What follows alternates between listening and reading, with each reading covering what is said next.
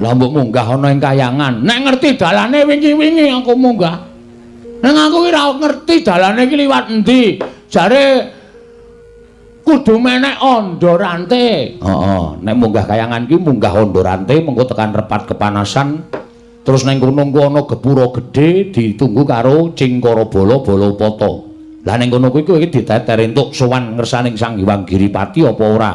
Nek ora entuk reget awakmu, ora suci, kowe disingkirke karo Cingkara Bala Pata. Ning nek resik lahir batinmu kowe iso sowan ngersaning Sang Manikmaya ya diwaning para dewa. Nah kuwi sing sulit. Mula aku kangelan nek kudu menek ondorante. Heeh. Neng repat kepanasan terus ketemu karo Cingciripit Cingkara Bala Pata. Cingkara Bala Pata kuwi nek aku ora resik ora suci diuncalake tiba meneh ning jagat. Ha iya. Bola-bali ngono kuwi rak kesuwen. Mula niatku pancen arep gawe geger kayangan Suralaya. Seranane aku nglakoni tapa? Wah. Ngono ya. Jarene wong tuwa supaya kahanan kayangan geger iki kudu nyate iwak gagak. Terus sing geger udu kayangan ngendi? Demit-demit. Bubar ora karo-karuan, Tru. Wong kowe iki ora ngerti carane tapa, dadak nglakoni tapa. Ngene wae Le. Nek miturut aku saiki mulih. Ya tak derekke mulih, terus ayo nata bareng-bareng desa, nata negara bareng karo aku bareng karo Petro. Nek kowe mulih mengko terus digoleki di dum nyambut gawene. Aku karo Petruk nunggu Karang Kadempel, kowe goleki bapak utawa sewalike kowe nunggu Karang Kadempel, aku karo Petruk goleki bapak. Lah arep goleki kowe nandi, Reng? Semar kaya apa gedene ana kan nek muni minggat lunga karo wong tuwa kok. Nek muni lunga lendelik primpene ra jamak-jamak. Angel Semar kaya golek-golekane. Ngono ya. Ambles kok bapak baline piye? Ngene wae, bapak bali ya syukur, ora warisane didum wong telu. Kok iso ngono lho pikiranmu? Lho, kudu ngono, Tru.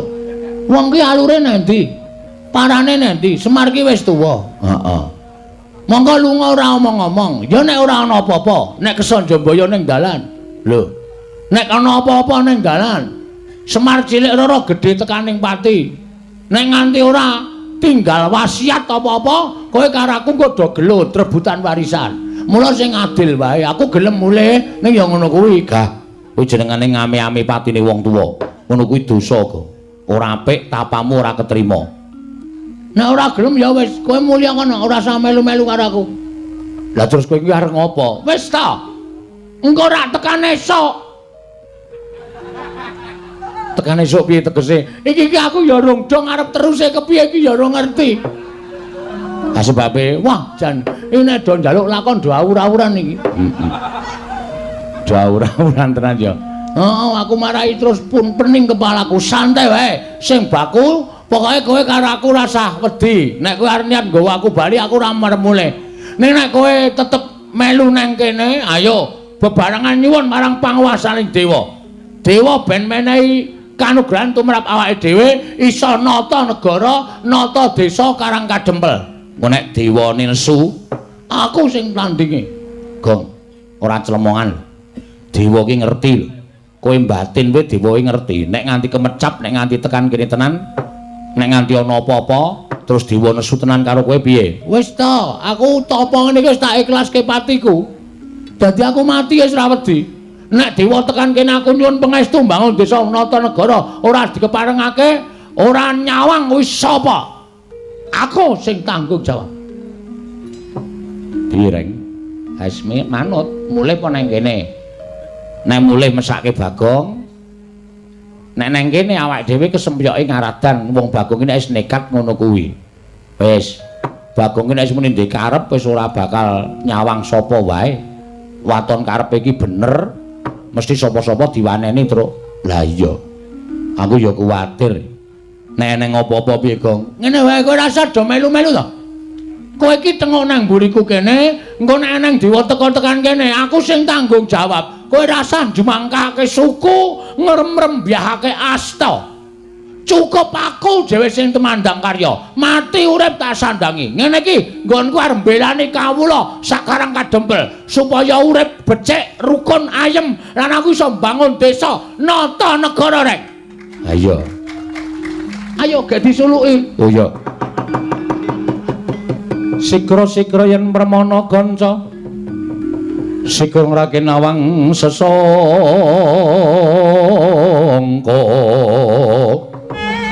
sono sinambung lanang lopos cemas tantun lambang Buddha jenantur tutur katelo tulat-tulat melap den baradya Gunung Sita upama prameskara karo negri itu yang jaman Purwa binar kita mengalata mangko tekap pasaran ing Gudita tanpa nenggeng pralambang matumba-tumba marmo tanggung panggung sang Murwanggata sebebyar dumadining wayang Purwa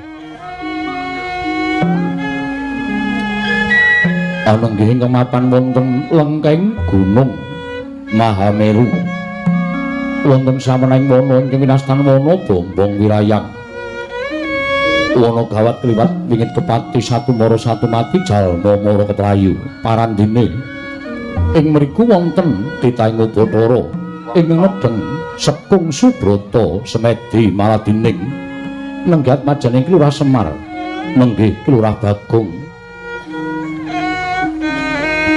Ganya lampah semedi madaning wana Bombong Wirayang sawetawis wekdal nampi rawuhipun ingkang Raka Kelurah Nalagaring tuwin Kelurah Petruk dadi jugar Ngenyataba Kelurah Bagong mulat rawuhipun ingkang Raka kekalih sigra ngrawani pangandikan dadi kumangun jining pangandika Kelurah Bagong ing dereng kababaring lisan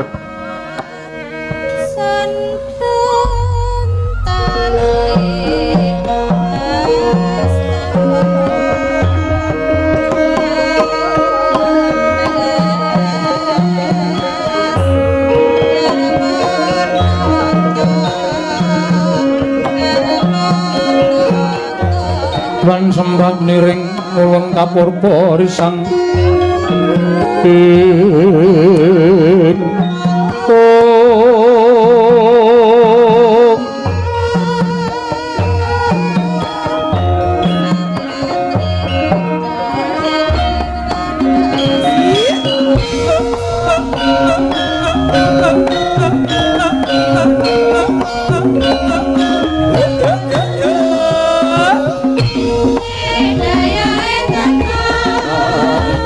Bakno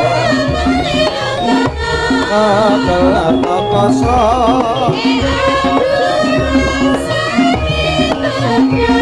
Kagelar Jaga Kali isin lagi kegelar Kosohit Kaki kakal bintik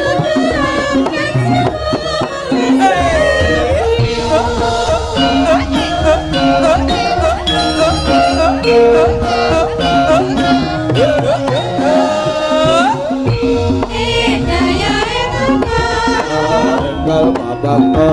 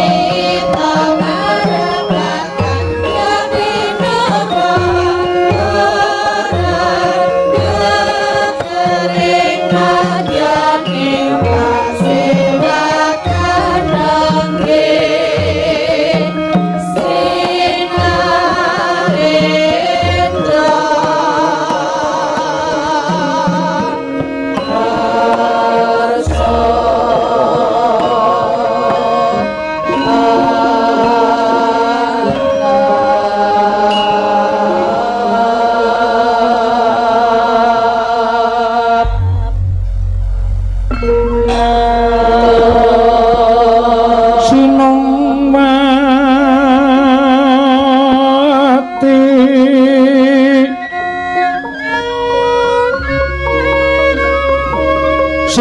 pati jagat kinari among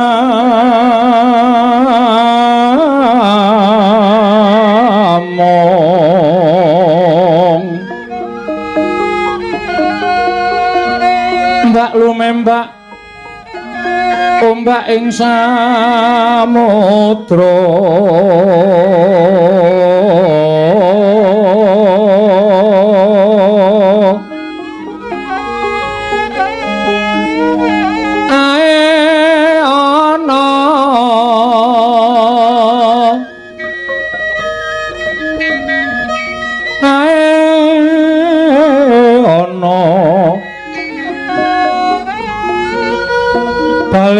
tambra kanggeng kawita denceng dencengan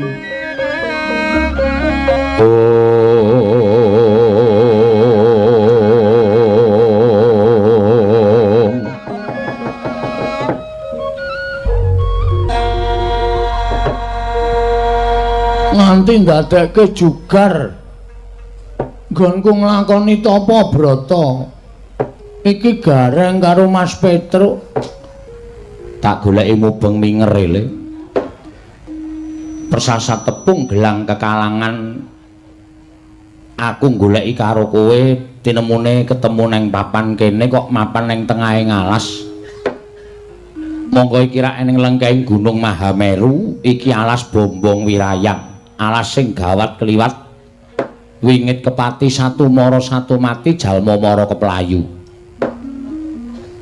kowe lunga saka Karang Kedempel ninggal karo tanggung jawab wigatine apa kok kowe mapan ning tengahing alas kene kakangmu aku karo kakangmu Petruk nyusul karo kowe sing wigati mung kepengin ngerti apa sebabe kok kowe mapan ning tengahing alas Gong wis sawetara retu bapak kuwi lunga. Monggo Bapak Semar ninggal Karang Kadempel ora dingerteni menyang endi lenggahe bapak. Saiki bapak kuwi isih urip apa wis ora ana kuwi anak-anak ora ngerti. Kowe aja gawe butek kahanan sing bening lho. Kok malah kowe ninggal Karang Kadempel ki niatmu piye? Sejatine apa kok mapan ana ing tengahing alas? Terus kowe nang kene kok nyebar kembang-kembang pirang-pirang neng ngarepmu dupa menyang ratus kumendeng kowe iki nglakoni tapa? Pancen niatku aku prihatin, Ndra. Tapa brata? Kok nggawa radio? Kok kowe ngerti? Lah iki mau lagu Dayohe teko iki mau. Tapa ki ora entuk nggawa apa-apa. Terus saiki aku tak takon. Wong wedok mburimu kae sapa? Tapa kok nggawa wong wedok? Arep nggawa apa? Kae abdiku e. Sing gawene leladi nyawiske uba rampe garu rasa mala. Dupa menyang ratus sing tak kongkon. Ora jane kowe iki ndek niat apa kok lunga saka Karang Kadempel? Niatmu piye? Monggo Karang Kadempel iki lagi peteng kok malah kowe lunga saka Karang Kadempel iki sirmu piye? Monggo bapak ya lunga. Wis kowe omong karo kakangmu Gareng karo aku. Nek niat kowe arep gawe saya peteng kahanan Karang Kadempel, kowe kandha wae. Nek kowe duwe gegayuhan liyane merga kowe lunga saka Karang Kadempel kowe omongo. Aku karo Gareng kuwi kakangmu mesti bakal bantu karo kowe. Kowe nang kene ngopo lan karepmu piye aku tak takon karo kowe. Tru? Aku pancen lunga saka Karang Kadempel aku kisruh gagas bapak. Bapak lunga kok malah kowe ora ning omah ki rak ya kleru to. Mergo aku wis bunek tenan gagas Semar. Wis ana 3 sasi iki Semar lunga saka Karang Kadempel. Monggo kawula Karang Kadempel bareng koncatan Semar ngibarate kaya dene sapu ingkang ilang suwe pating slebar ora karo-karuan. Ora ana panutane, ora ana sing dienggo cekelan. Ha ta? Heeh. Terus aku mumet sirahku aku sisan lunga saka kene. Terus nek kowe wis lunga ngene iki apa rampung perkarane? Aku nyuwun marang ngersaning Gusti, aku nyuwun marang ngersane sing gawe urip nglakoni tapa iki selama saksuwene bapak ki lunga saka Karang Kadempel aku ki pengen nyuli karo bapak. Nyuli karo bapak, pengen tetep Karang Kadempel ki dadi papan sing ayem, tentrem, rukun, ora ana apa-apa, manunggal tetunggalan. Heeh. Mula aku njaluk kekuwataning dewa supaya aku iso mbangun desa Karang Kadempel lan munggahe nata negara ing Ngamarta. Sik. Tanggep kowe iki nuwun sewu. Gegayamu ki keduren kok. Gegayamu iki keduren wong ing atase sak kowe kok arep nata Karang Kadempel luwih-luwih nata negara Ngamarta. Hare apa tok lakoni tapa brata, kekuatanmu ki ra padha karo Bapak Semar. Kose aja ngono. Sing ngerti sisteme pembangunane Bapak Semar ki mung aku. Aku ki mbiyen nyateti bapakne mbangun Karang Kadempel. Mula sing wajib neruske ki ya aku. Kaya kowe ki pancen wonge pancen ya pinter-pinter ning nuwun sewu, SDM-mu rendah. SDM ya apa? SDM ki susu telur madu. Ngawur kok. SDM ki sumber daya manusia. Ha, kuwi. Ning aku ora ngerti carane. Lah terus aku nglakoni topo? Gegayamu kedurem. Gantungkan cita-citamu setinggi langit. Jika kamu jatuh akan jatuh ke dalam bintang-bintang. Sapa kuwi sing ngendika? Ora ngerti kowe SDM-mu rendah. Iya ya. Mula wong ki aja sok ngembe karo wong. Giri lusi jalma tan kena kinira. Cacing kae kala mangsane iso tekan pucuk gunung. Apa meneh Bagong ki diwenehi pikiran. Mula aku duwe gegayuhan. Terus gegayamu, ya kowe mau bangun Karang Kadempel. Nek upama ora kelakon, sing ngomong ora kelakon sapa?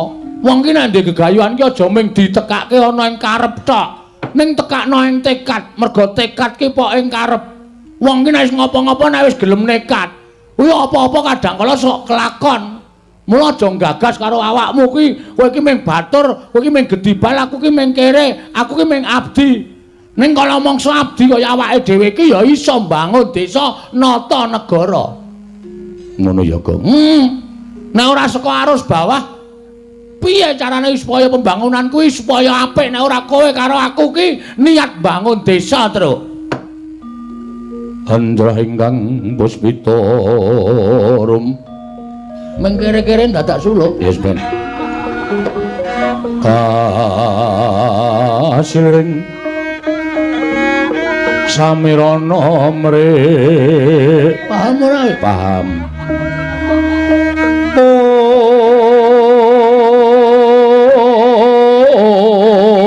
Mula tak rewangi ngene iki niatku apik, Tru. Heeh. Sekar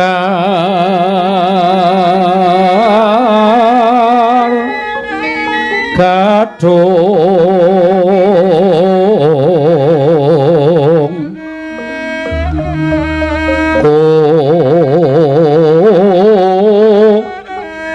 ngas gandanya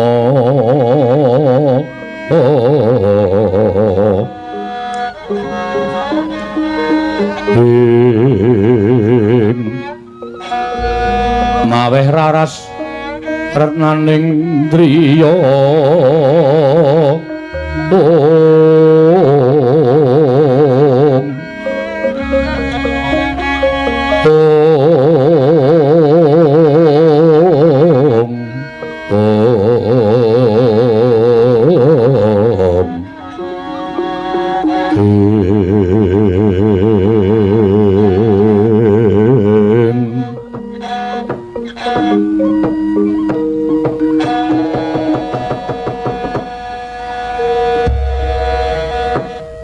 dipikir-pikir pancen niatmu ki apik, Gong. Ning nuwun sewu, iki Karang Kadempel ki ana masalah. Masalahe bapak lunga saka Karang Kadempel.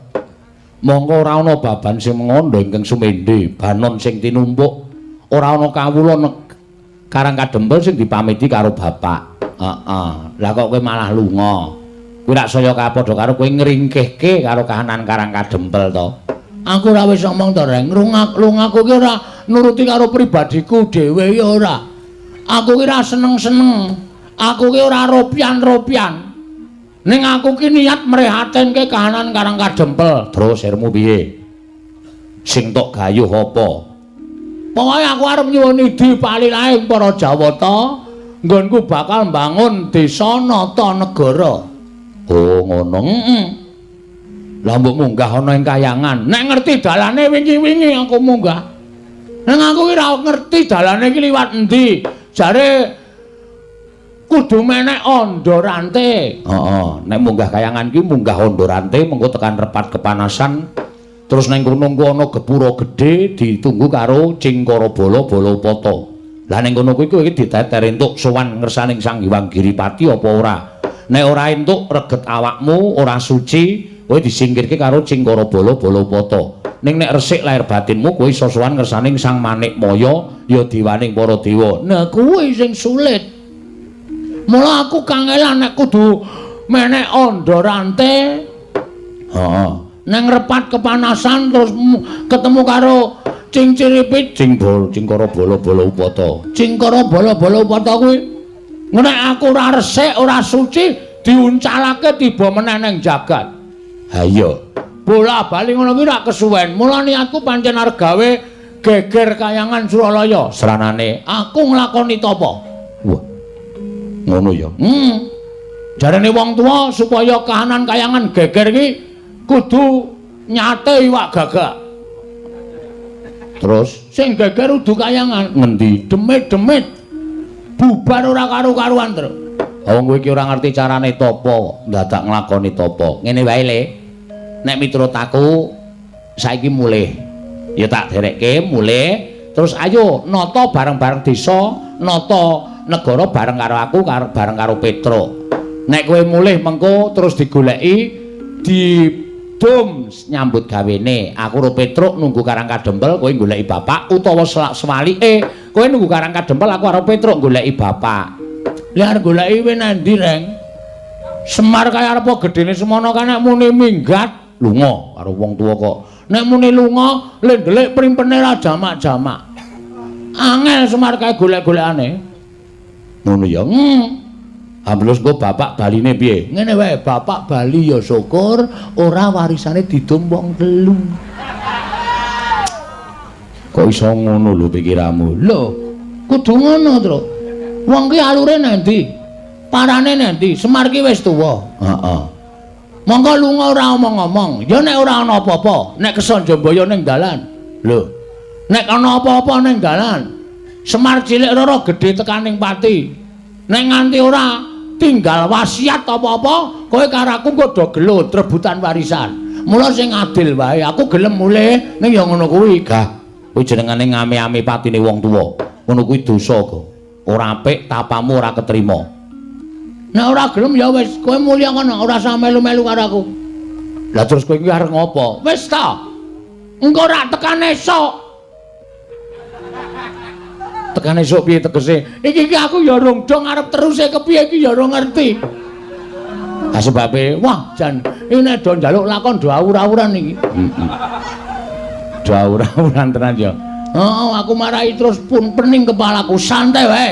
Sing baku pokoke kowe karo aku rasah wedi. Nek kowe arep niat nggawa aku bali, aku ora marep mulih. Nek kowe tetep melu nang kene, ayo bebarengan nyuwun marang panguwasaning dewa. Dewa ben menehi kanugrahan tumrap awake dhewe iso nata negara, nata desa Karang Kadempel. Engko nek dewa nesu, aku sing tandingi. Gong, ora clemongan. Dewa ki ngerti lho. Kowe batin kowe dewa ki ngerti. Nek nganti kemecap, nek nganti tekan kene tenan, nek nganti ana apa-apa, terus dewa nesu tenan karo kowe piye? Wis ta, aku tapa ngene iki wis tak ikhlaske patiku. Dadi aku mati wis ora wedi. Nek dewa tekan kene aku nyuwun pangestu mbangun desa nata negara, ora dikeparengake, ora nyawang wis sapa? Aku sing tanggung jawab. Direng. Hasmi manut, mulih apa nang kene? Nek mulih mesake Bagong. Nek nang kene awake dhewe kesempyoke ngaradan wong Bagong iki wis nekat ngono kuwi. Wis Bagong iki nek muni ndek karep wis ora bakal nyawang sapa wae. Waton karepe iki bener. Mesti sapa-sapa diwaneni terus. Lah iya. Aku ya kuwatir. Nek neng apa-apa piye, Gong? Ngene wae kowe rasa do melu-melu to? Kowe iki tengok nang mburiku kene, engko nek nang dewa teka tekan kene, aku sing tanggung jawab. Kowe rasah jumangkake suku, ngremrembyahake asta. Cukup aku dhewe sing temandang karya. Mati urip tak sandangi. Ngene iki nggonku arep mbelani kawula sakarang kadempel supaya urip becik, rukun, ayem lan aku iso mbangun desa, nata negara rek. Ayo. Ayo gak disuluki. Oh iya. Sikra-sikra yen permana ganca Sikung Raken Awang sesangka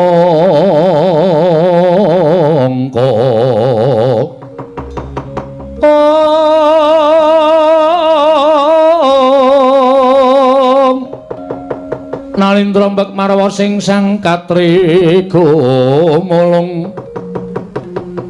mulung mangrempak ing wadya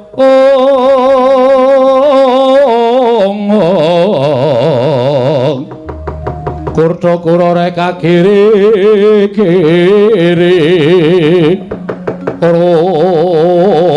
nanggono magawe gelar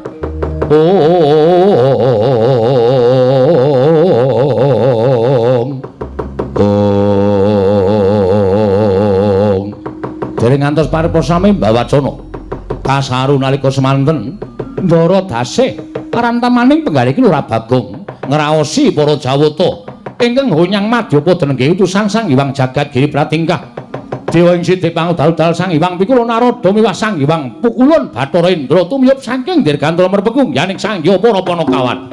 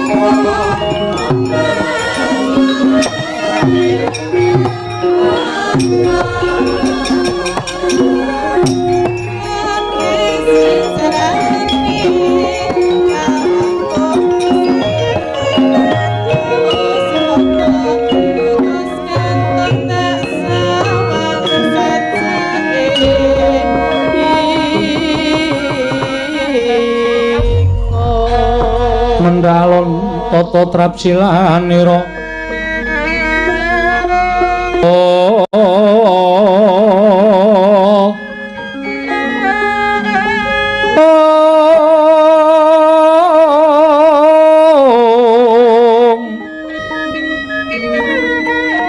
yen ngandika magawe obranta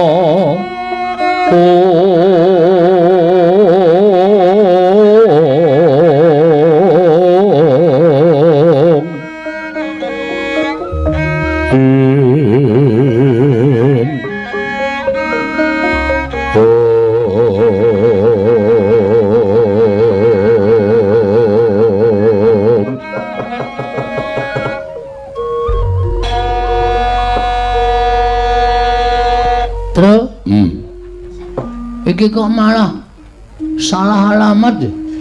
Salah alamat piye? Sirku sing tak kon rawuh ki dewa kok iki malah tuyul. Tuyul dengkul maksud iki dong ora Gong. Hah? Iki Sang Hyang Pikulun Bathara Antarada. Wah, dewa lho. Dewa lungguh ngisor. Wah, dewa ya ana sing elek. Ana. Pak mau dewa iki bagus kabeh apa piye?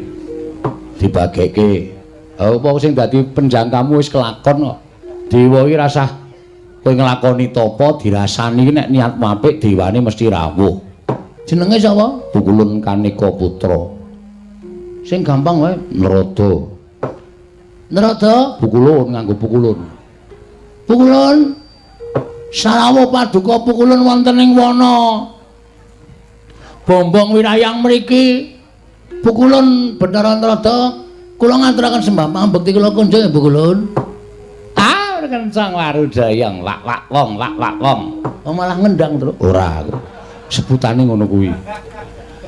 Lah jan musuh Bagong iki nek ora tatak atine mesti rontok mau. Pak Pong iki sebutane dewa, sebutane pukulun Bathara Antarada. Wah, aku ngerti tak tundang. Iya, Bagong, slamet tekaku ning Sambikala. Kita ngaturke bekti ulun tampa pangestu ulun tampanana. Kula pun ulun ya, Pak. Ulun ki wah iki angel rek iki nek ndelake iki nek SDM rendah ning dhek sing SDM rendah dhewe. Ulun ki aku. Wo, kowe ulun, ha Petro? Lho, aku ya ulun. Wo, kowe rombongan ulun. Berarti kowe karo iki padha sak geng. Ora. Ulun ki aku, kowe ki kita. Oh, kita iki ora akeh. Ora, Ming siji to? ming siji. Nang nggih pukulun. Kula tampi akarya bombong raos sing manah ulun. Andadosaken suka marwata suta raos sing manah ulun. Dipun sekekaken lenggah kita. Gusik. Sing nganggo basa kita karo ulun ki ming jeneng ulun. Lah nggih. Kula nggih ngertos. Iya ning kita ora sah nganggo. Wis ditukokke kok ora dienggo. Aja ngono, Bagong, aja gawe bingung ulun ya, Bagong. Ya wis ngono kuwi wae ya. Ah, nek ngono malah jelas. Pukulun ngaturaken bekti kula kunjuk. Iya nala gareng ulun tampa. Pukulun ngaturaken bekti kula kunjuk. Ya, Petruk ulun tampa pangestu ulun tampanana ya, Petruk. Kula pundhingga jimat paripi gayana ning kasantosan. Wonten menapa kita rawuh wonten ing ngarsa ulun, Pukulun? Ben mengke wae ngono. Aku cah cerdas e. Ha iya. Bener to? Bener wis.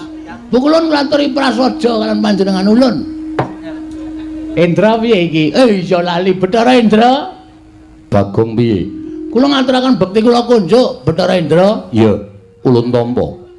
Pangestu ulun tampanana. Oh nggih. Wah mesake sampean sakniki dhewe. Lho, dhewe piye? Saplose dono kalih kasino mati niku. Indra pun mboten main film. Sabar lho, Ndra, sabar. Bagong iki pancen bocahe kaya ngene iki. Nek ora tatak tanggo-tanggon atimu, mungsuh Bagong iki ketekuk-tekuk kowe engko. Iya, Bagong aku ijen. Oh nggih. Damel grup melih. Ora. Wis ora, Bagong. Wah nggih sampun. Kita atur bekti ulun tampa pangestu ulun tampanana. Kula pundi enggo jimat paripe dayana ing kasantosan. Wonten wigatos menapa Pukulun Bathara Antarada panjenengan kita Pukulun rawuh wonten ing wana merpeki anggen kula nglakoni tapa brata semedi maladining. Ha iki ngene, Bagong. Nggih pripun? Prapta ulun kuwi ora saka pikajengan utawa saka karsa ulun pribadi kuwi ora. Nanging ulun kuwi diutus dening Sang Hyang Jagat Giri Pratingkah supaya merpeki lawan jeneng kita. Sinten niku Sang Hyang Jagat Giri Pratingkah? Bathara Guru. Hah? Bathara Guru. Jare guru kok Giri Pratingkah? Jenenge akeh, goblok.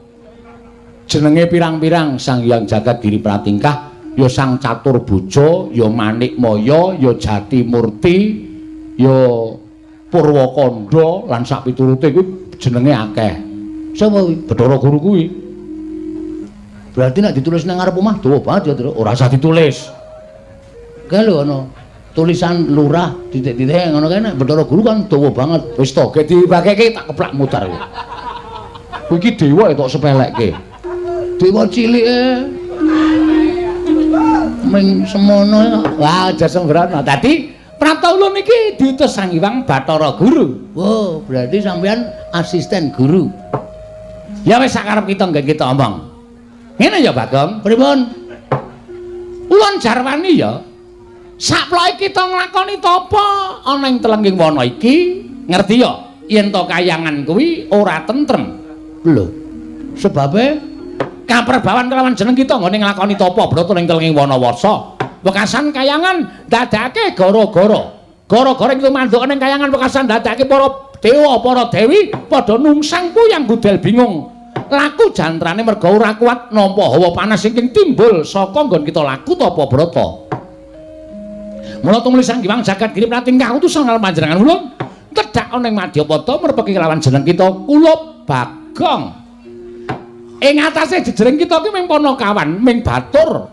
Ming kawula cilik nanging bareng Sekung Subrata nglakoni tapa brata wah dalah kok gedhe dayane. Wah nggih. Nggih Pukulun. Lajeng keparengipun Pukulun Bathara Guru utusan kalih Pukulun Bathara Antarada rawuh wonten ing wana keparengipun Bathara Guru kados pundi?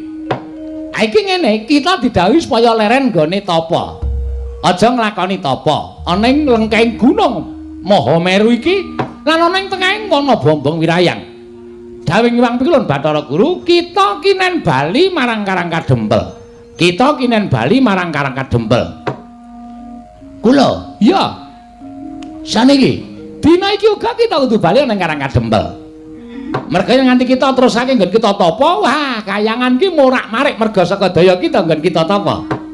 Kula ya gumun lho, ing atase kula niki mung kawula nglakoni tapa brata, mongko lek kula tapa ya ora pati serius. Kula niku tapa ya sok mangan kacang, ya sok mangan kuaci, nek kira-kira ngelih ya golek bedolan tela. Lah kok iso dadi geger kayangan niku nek mboten kebangetan dewane ra mboten mungkin to. Lho kok kebangetan dewane piye? Lah nggih no, ming sak kula tapa kok kayangan dadi geger. Lah kita ki jane tapa ki sedya kita apa to? Apa gunane dewa kok ora ngerti atine menungsa? Gong. Sabar kowe iki ngapa to? Menengo. Yo nek cah cilik ngene ora getak-getak. Tuman wae yaene kok klithian. Sesuk sekolah kok laene malah dadi wayang barang. Wah, jan aku ki nek ora jembar atine wis tuwe kawake bocah iki. Rabekno. Lho. Malah kon rabekke ora. Ha, kita apa iki janjane sedya kita apa ulun tak takon. Lah kula niku dewa mboten ngertos. Ulun ngerti, ning ulun kepengin nyuwun prisa lan jeneng kita. Yen ulun ngerti kok ulun batangake dhewe iki tegese ulun kok ngasake marang diri ulun pribadi. Oh, ngoten. Jelase ngoten. Oke, ora masalah. Kula niku tapa niku nggadahi gegayuhan kepengin bangun desa nata negara. Paham? Ya. Sak banjure, mpun ming niku. Ora, kita aja nyingetake. Kita aja ndelikke. Kita duwe gegayuhan liyane. Sing luwih wigati Karang Kadempel niku kelangan Semar. Semar bapak kula niku lunga. Lunga tanpa ninggal layang napa tanpa pamit kali anak-anak. Kawula ditinggal. Nah, saniki kula tak wangsul. Kula tak bali ora masalah. Ning kula tak takon karo sampeyan, Semar teng pundi? Nek dewa ora nuduhke teng pundi dununge Semar, ala dene sampeyan dadi tekak plotroke kathoke. Hei. Sembrono ora karo dewa kok sapenake dhewe. Ya men ora digetak ngono ndak? Kalah getakan sik aku. Kudu tak getak sik. Bapak teng pundi? Lah nek kita takon Semar menyang endi kuwi ulun ora ngerti. Nah, gunane apa dadi dewa? Kenapa ndak takon aku bali bareng? Ora ana gunane wis sampeyan dadi dewa, ngakon Bagong bali saka wana Bombong Wirayang. Nek sampeyan tak takoni Semar ning endi, kok sampeyan ora ngerti. Lah ulun ki ora ngerti tenan. Ha gunane apa dadi dewa? Wah, waduh, modar iki. Indra piye? Indra aja ditakoni lagar syuting, ya, Indra. Den Bagong ki nek karo wong sapa rumangsaku ki nduk Bagong karo sapa ora kuwalat lho. Bagong iki waton ledan ngono kuwi dadi apa-apa ki tawar. Apa kok mung dewa jaratane tak uyuhe ora apa-apa kok. Men dewa, santen aku. Kon mang takon. Kok mang takon, Mang Wangsuli. Bapak nendi? Wah, trondolo tenan iki. Lah iki ana dewa kok kerepotan. Ora repot ning takon sak nyatane. Nek sampean iso ngandhake Bapak, Bagong, Bapak nang kene. Sampean mang terus nyerlok kula. Lho. Dewa kok Sherlock modern kok dewa ora ndek HP nggo ngopo? Oh iya. Kula paranane bapak ulus bapak ayo kondur. Ayo nata desa mbangun negara. Karo aku Pak ning aja lunga, bapak kagol perkara apa? Mengko nek bapak gelem kondur kula ya tak bali. Nek kula bali bapak ora ana ning teng atine sedih. Ngopo, Gong? Mangan kewane. Ora apa-apa dilek wae. Ora apa-apa dilek. Antes yang lho aku bareng kok dinesoni ora. Ngoten, kula tak wangsul, tak bareng karo bapak. Nek dewa ora nduduke bapak, mbok sampeyan gruduk wana bombong wirayang. Sak dewane kon teko kabeh nang kene. Bagong ora bakal mingset sejangka. Lho, nek ngono tegese kowe wani karo dewa. Lho, wis bengok-bengok ket mau kok dikira ora wani iki piye iki? Iki genah wis wani kaya ngene iki. Wah.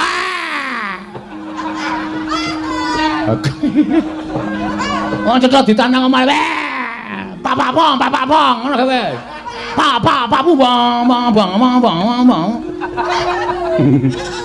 Awakku mun kaya dadi ora kuwalat ngono lho. Ah, cilaka tenan carane kaya ngene iki, Jan. Ha iki terus aku lare goleki bapakmu nendi? Ha bapak diatur kondur sik teng Karang Kadempel. Nek bapak mboten kondur teng Karang Kadempel, yakin kula ora bakal bali. Lah nek kita ora gelem bali, ula ning ngruda paripeksa. Weh, kena pasal kowe. Lho. Pemerkosaan itu dilarang oleh negara. Ngruda paripeksa kuwi padha karo pemerkosaan. Bagong rasa tok perkosa. Aku pasrah. Ah. Bodho wae ora kok malah aku pasrah ora. Ngono. Ngruda paripeksa karo Bagong nuwun sewu. Rawe rantas malang tak putung. Mangane Bagong kelangan bapak, Bagong ora iso sida mbangun desa nata negara, gunane apa kula urip teng alam padang nek ora migunani tumraping wong liya. Ora ana gunane.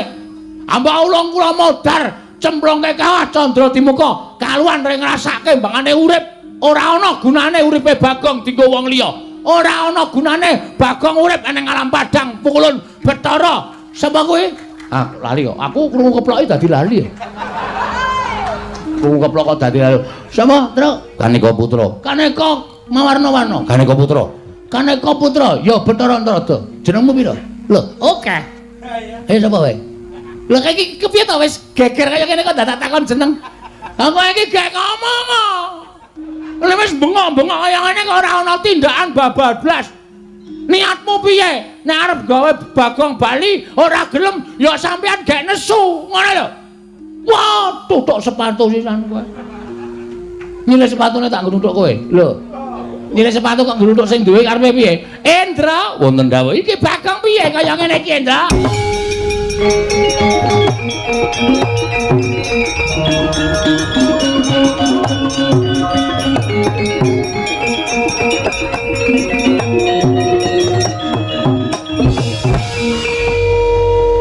Menungso ratatanan panusmaning jajaran sukertaning baune iblis lanat Bagong. Nun. Kowe ngerti? Iwang Pikul Narada kuwi sapa? Maksude? Iwang Pikul Narada kuwi sembaning para dewa. Kami tuwaning dewa. Oh, Modin. Udu. Kami tuwaning dewa kuwi dewa sing sepuh dhewe. Selagine para dewa wae wedi karo Iwang Pikulun Bathara Narada kok kowe nyamah marang asmaning Iwang Pikulun Kaneka Putra. Apa tegese kowe bakal ngembari marang panguwasaning para Jawata? Boten ajeng nyamah. Ning nuwun sewu, kabeh niku kudu ming sak traju. Nek akon wong mule kula dikon bali niku gampang. Kula bakale bali, ning kula ya iso ngaturke syarat. Kula ya dikeparengake ngaturke syarat. Syarate waton dewa iso nemokke Bapak Semar, kula tak mule. Yakin kula ora arep wani karo dewa. Ning nek Bapak Semar ora ketemu, Anggen nyuwun ngapunten kula ya ora gelem bali. Yen kowe ora gelem bali kowe wani karo dewa. Nuwun sewu apa dewa ki ora entuk diwaneni ya. Apa dewa ki ora entuk diwaneni? Dewa ya menungsa lho, Mas. Dewa ki mung ora kedunungan pati ning iso ngrasake lara, isih iso mangan, isih iso ngombe. Dewa ki dadi kapercayaning sing gawe urip nggo niti priksa marang mobahmu sing para titah. Aja dianggep dewa ki dhuwur dhewe derajate terus menang idak-idak wong cilik kaya Bagong ngene iki. Wah, aku kok merinding to. Lambene turah kok wis aku. Aku yo tap-tapan terus. Ngono. Do mundur nek ora wani, ora usah do melu-melu. Lah, kowe nanti aku ora arep lunga. Iki bungkusanku. Arep do dibuka enake iki nggo sangu topo ae. Topo kok nggo panganan ana molen barang. Ngeleh. Ngeleh ora. Ora dipangan lho, ora. Ayo teruske. Iki rumangsaku aku malah bingung musuh Bagong. Pancen tak gawe bingung. Terus karep sampean pripun? Yen ngono kowe ora gelem bali. Mboten. Yen ngono kowe wani karo dewa. Mboten ajeng wani. Ning kudu dewa ya iso nuruti karepe Bagong. Ora mung kudu karepe sampean sing dituruti. Niku kudune ora adil. Sampean iku piyais nang dhuwur, lenggah nang dhuwur. Sampean ya iso kudu nuruti kawula cilik kaya kula. Kula tak nuruti karepan sampean. Niku jenenge imbang. Ora sampean tok sing dituruti, ning sampean ra nuruti karepe kawula cilik. Niku mboten apik, niku ora iso manunggal. Ah, pinter tenan kowe. Ayo apa kowe? Plembungke sisan kowe. Ha. Dewa arep diplembungke ora kecekel dope. Goleki aja. Ngerti aku dope padake. Angger cah semono ki dope mesti cilik. Wes ngonten niku adile. Saiki ngene, kowe gelem bali apa ora? Mboten. Kula gelem bali nek Semar ya bareng bali nang Karangkadempel. Nek ora gelem bali aku ingkang ruda paripeksa karo kowe. Nek kula diruda paripeksa carane cacing niku kepidak menungsa ngolet ora ngrasake lara. Ning butuh males karo sing midak. Monggo cacing niku ora duwe perasaan. Nek sampeyan ajeng mula sara karo Bagong, kula menungsa. Kula niku titah dimenehi perasaan. Nek nganti kula ngrasake lara, nek kula males karo sampeyan, sampeyan aja lara ati. Metu njaba. Piye? Metu njaba. Piye kuwi? Dewa kok ora tanggung jawab. Mulane aman-aman bae wong tok-tokke njaba. Kaya ngono kok dewa lho, agi aku ora metu njaba. Kowe dewa metu njaba. Sendra metu iki rasa dadakoke gunung Sakoguna. Ora minggat larak. Dewa mau medal kula nututi karo sampean, Pak.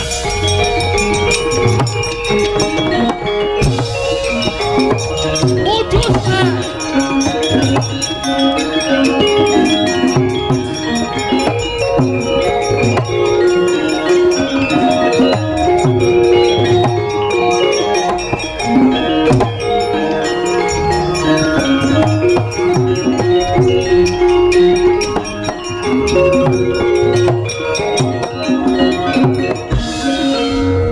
Nek kocluk